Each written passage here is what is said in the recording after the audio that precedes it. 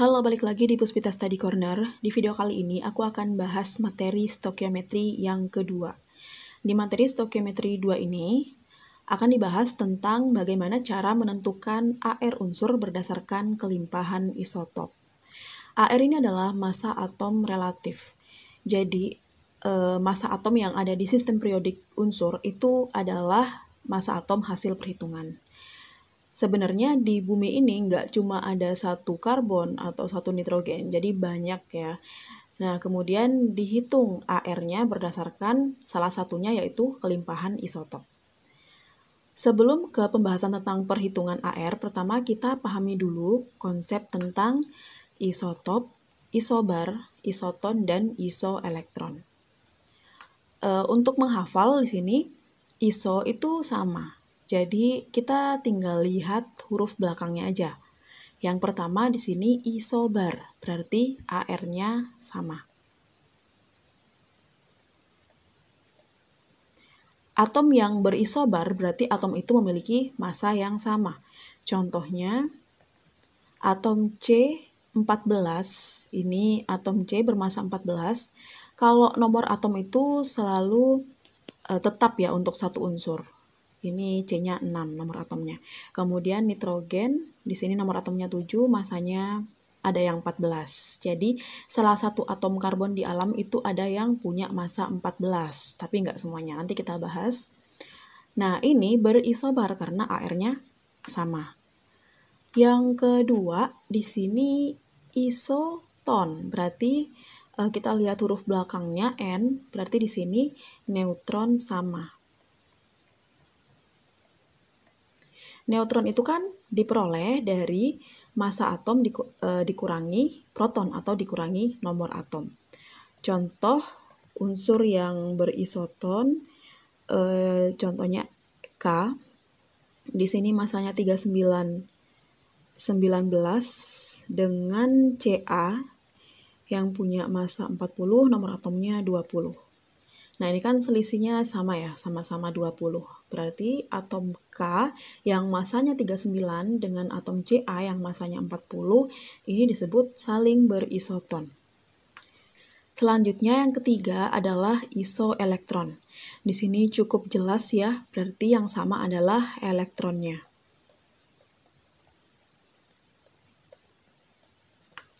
Elektron suatu atom itu nggak tentu jumlahnya karena tergantung muatan. Kalau muatannya negatif berarti atomnya ketambahan elektron, kalau muatannya positif berarti dia kehilangan elektron. Nah, beda dengan proton. Kalau proton itu jumlahnya tetap untuk setiap jenis atom. Karena proton itu juga menandakan nomor atom suatu atom. Jadi, jumlah proton tertentu itu hanya dimiliki oleh satu atom tertentu aja. Tapi kalau elektron ini bisa beda-beda ya. Jadi satu atom yang sama itu bisa beda-beda elektronnya tergantung dari muatannya. Nah, yang isoelektron ini contohnya Cl, nomor atomnya 17. Pada saat bermuatan -1, dia tuh isoelektron dengan AR yang netral. Ini nomor atomnya 18. Nah, kan di sini nomor atomnya Cl itu 17 ya. Tapi jumlah elektronnya adalah 18 karena di sini menarik 1. AR karena netral berarti jumlah proton dan elektronnya itu sama. Protonnya 18, elektronnya juga 18. Sini elektron sama dengan 18, di sini elektronnya juga 18. Berarti saling berisoelektron. Yang terakhir isotop. Iso ini sama, kita lihat huruf belakangnya P, berarti yang sama adalah proton. Pasti teman-teman bertanya-tanya ya, katanya setiap atom itu protonnya tetap, jadi nggak mungkin ada dua atom yang protonnya sama, itu nggak mungkin. Nah, yang dikatakan isotop ini adalah atom yang sama tapi massanya beda. Di awal kan aku sudah jelasin bahwa di alam ini nggak cuma ada satu karbon, jadi banyak karbon. Nah, karena sama-sama karbon berarti protonnya sama, tapi yang beda adalah massa. Setiap unsur di alam itu, yang banyak itu, massanya tuh beda-beda, jadi nggak sama. Ada yang atom karbon 14, kemudian ada yang atom karbon 12, ada juga atom karbon yang 13. Ini kalau disebutkan atom karbon 14, berarti itu adalah atom karbon yang memiliki massa 14. Kalau atom karbon 12, atom karbon yang memiliki massa 12. Ini tidak menunjukkan nomor atom. Karena apa? Karena ini kan sama-sama karbon ya. Kalau sama-sama karbon berarti nomor atomnya tuh pasti sudah sama semua. Ini semuanya 6. Nah, yang dihitung, yang diletakkan di SPU, sistem periodik unsur itu adalah hasil perhitungan berdasarkan kelimpahan isotop-isotop atom ini. Jadi berapa persen atom karbon yang masanya 14, kemudian berapa persen yang masanya 12, dan seterusnya. Nah, rumus yang digunakan akan kita bahas di slide selanjutnya. Oke, AR di sini ditentukan menggunakan rumus massa atom relatif rata-rata atom ini sama dengan persen kelimpahan isotop 1 dikali AR1 ditambah persen kelimpahannya isotop 2 dikali AR dari atom yang kedua dan seterusnya ya, karena jumlahnya itu bisa aja lebih dari 2, bisa 3 gitu kan. Nah, jadi tinggal diteruskan aja rumusnya. Untuk lebih memahami konsep ini, kita coba membahas contoh soal berikut. Soal pertama, di alam boron memiliki 2 buah isotop, yakni B10 dan B11. Perhatikan ya, B10 dan B11 ini adalah atom boron yang masanya 10 dan masanya 11. Jika diketahui massa atom relatif rata-rata boron adalah 10,8039, kelimpahan isotop B11 adalah yang massa atom relatif rata-rata ini berarti massa atom hasil perhitungannya. Nah, kita bisa pakai rumus yang tadi, ini AR sama dengan persen 1 dikali AR1. Karena ini cuma 2, berarti langsung aja di sini persen 2 dikali AR yang kedua. AR-nya sudah diketahui, di sini tuh 10,8039 sama dengan persentase yang pertama, kita anggap yang 10B ini yang 1, kemudian yang 11B ini berarti yang 2. Yang 10B ini kan nggak diketahui ya. Nah, jadi total persentase dari semua isotop-isotopnya itu harus berjumlah 100%. Berarti kita anggap yang 1 ini X misalkan. Kemudian yang 2 ini berarti 100 min X persen. Kalau yang 1 ini X persen, berarti yang keduanya 100 min X persen. Oke, nah di total ini kan 100 ya, 1 dan 2, makanya yang kedua ini 100 min X kalau yang pertamanya X. Persentase isotop 1 X persen, berarti kan X per 100 dikali AR yang pertamanya 10 ditambah persentase yang keduanya 100 min X ini per 100 dikali AR yang keduanya 11. Ini karena penyebutnya udah sama, bisa langsung dikalikan ke samping.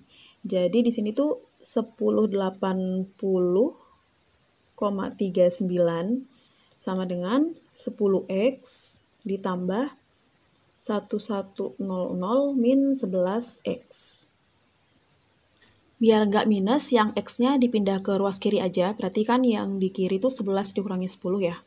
X sama dengan di sini 1100 dikurangi 1080,39 hasilnya 19,61. Nah, jadi X-nya ini 19,61%. Ini yang B10. Yang ditanya kelimpahan isotop yang B11. Berarti untuk yang B11 ini sama dengan 100 dikurangi 19,61%. Ini persen ya. Sama dengan 80,39%. Jadi jawabannya adalah A. Contoh soal yang kedua, di sini isotopnya ada 3 ya. Ada yang Ne20, Ne21, dan Ne22. Yang diketahui di sini massa atom relatif rata-ratanya, jadi hasil perhitungan keseluruhan, dan persentase yang Ne21 sebesar 0,3%. Yang ditanya kelimpahan isotop Ne22. Oke, pertama kita misalkan dulu aja yang Ne20 ini X, yang 21-nya Y, yang 22-nya Z. Berarti kan totalnya 100% itu sama dengan X ditambah Y persen ditambah ditambah Z persen yang terakhir. Ini 100, X persennya tetap, tapi yang Y persen kan udah diketahui kan, yang 21 ini 0,3%. Ditambah Z persen. Berarti X persennya ini sama dengan 100 dikurangi 0,3 dikurangi Z persen, ya kan? Berarti sama dengan 99,7 min Z. Ini persentase dari X-nya. X itu yang NE20. Selanjutnya kita masukkan ke rumus yang sudah dipelajari sebelumnya. AR, ini kan sama dengan persen 1 ditambah, ini AR sama dengan persen 1 dikali AR1 ditambah persen 2 dikali AR2 ditambah persen 3 dikali AR3. Dimana yang 1 ini X, yang 2 ini Y, dan yang 3-nya Z. AR keseluruhan hasil perhitungan ini 20,19. Berarti ini 20,19 sama dengan yang pertama tadi X ya, dimana X itu adalah 99,7 min Z. Langsung aja kita substitusi di sini. Karena persen berarti kan per 100 dikali AR1, dimana AR1-nya adalah 20. Ditambah persen yang kedua, ini yang 0,3%, yang Y, berarti 0,3 per 100 dikali AR yang keduanya 21. Kemudian ditambah persen yang ketiga. Persen yang ketiga ini berarti Z ya. Ini Z per 100 dikali AR yang ketiganya 22. Penyebutnya udah sama semua, kita kalikan ke samping. Berarti kan ini 219 sama dengan 99,7 dikali 20, 1994 min 20Z ditambah 6,3 ditambah 22Z. Oke, di sini berarti 2019 dikurangi 1994 dikurangi 6,3.